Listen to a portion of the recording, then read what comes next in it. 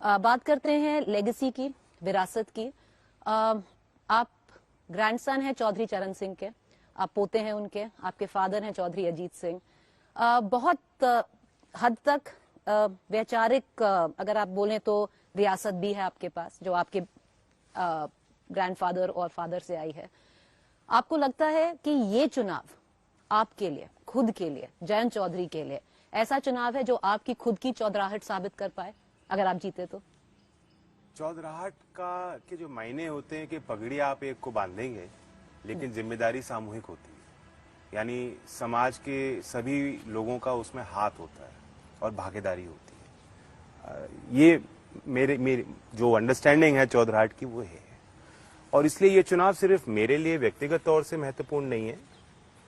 बहुत सोच और मंथन के बाद मैं इस बात को कह रहा हूं, और ये बड़ी गंभीर बात है कि ये देश के अस्तित्व के लिए चुनाव है। और खास तौर से जो वर्ग किसान है, जो कमेरा वर्ग है, जो मेहनत करता है, जिनके साथ न्याय नहीं हुआ है पिछले कई वर्षों में, आज उनके अंदर एक विशेष चेतना जागी है। वो चाहते हैं कि हमारा संगठन आगे बढ़े।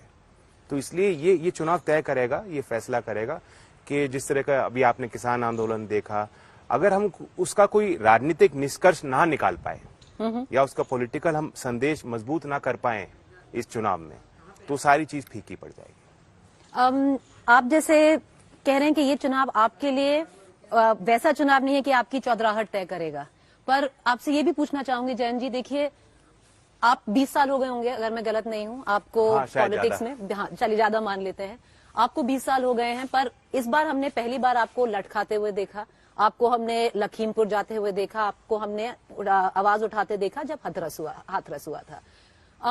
पहली बार आपको लग रहा है कि जैसे सुना जाता है, और इसमें कोई बुरी बात नहीं है, चौधरी साहब का छोरा क्या अब इस चुनाव के बाद अगर जीता तो खुद चौधरी साहब बनेगा? ये टाइटल्स हैं, ये तो सम्मान है, ये जनता तय करेगी क्या वो देना चाहते हैं। मुझे उनके बीच ही रहना है और मेरी अपनी एक जिम्मेदारी है।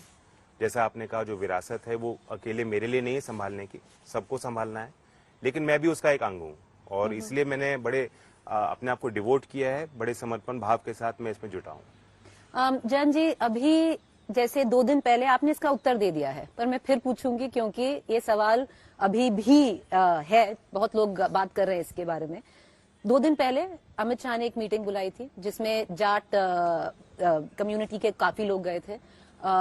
वहां पर उन्होंने एक बात अंदर बोली जो बाहर आके वर्मा साहब, परवेश वर्मा जी ने भी बोली कि देखिए लड़का सही है, पार्टी गलत है, घर गलत चुन लिया है उन्होंने, पर आप बिल्कुल सही हैं और आपके लिए दरवाजे खुले रहेंगे जो भाजपा से अगर अलायंस आप करना चाहें तो। आपने उस वक्त इमीडिएटली कहते हैं ना, वो कहते हैं बहुत जाट लाइक होता है कि इमीडिएटली आपने साफ होकर बिल्कुल हीरो जैसा जवाब दिया कि मैं चवन्नी नहीं हूं जो पलट जाऊं।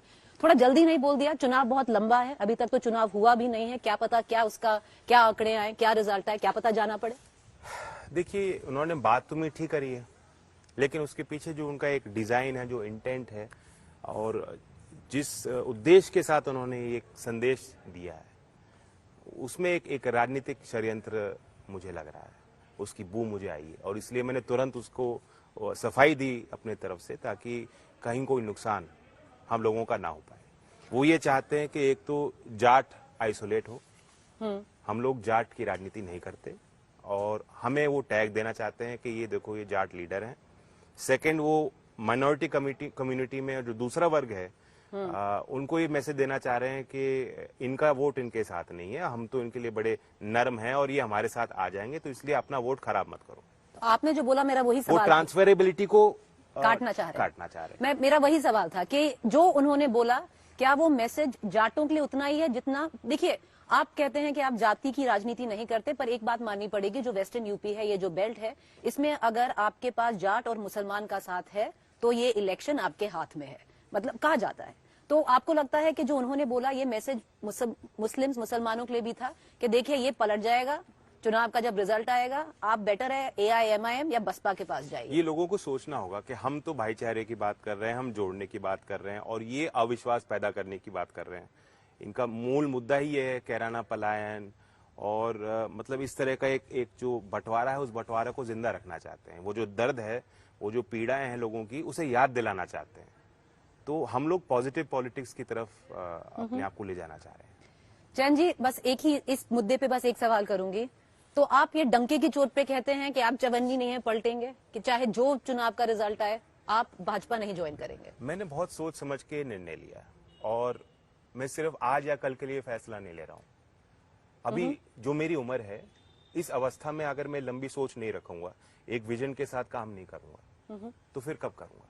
अगर मैं आज जोखिम नहीं उठाऊंगा तो 60 साल की उम्र में मेरी वो अवस्था नहीं रहेगी, वो हिम्मत नहीं रहेगी शायद।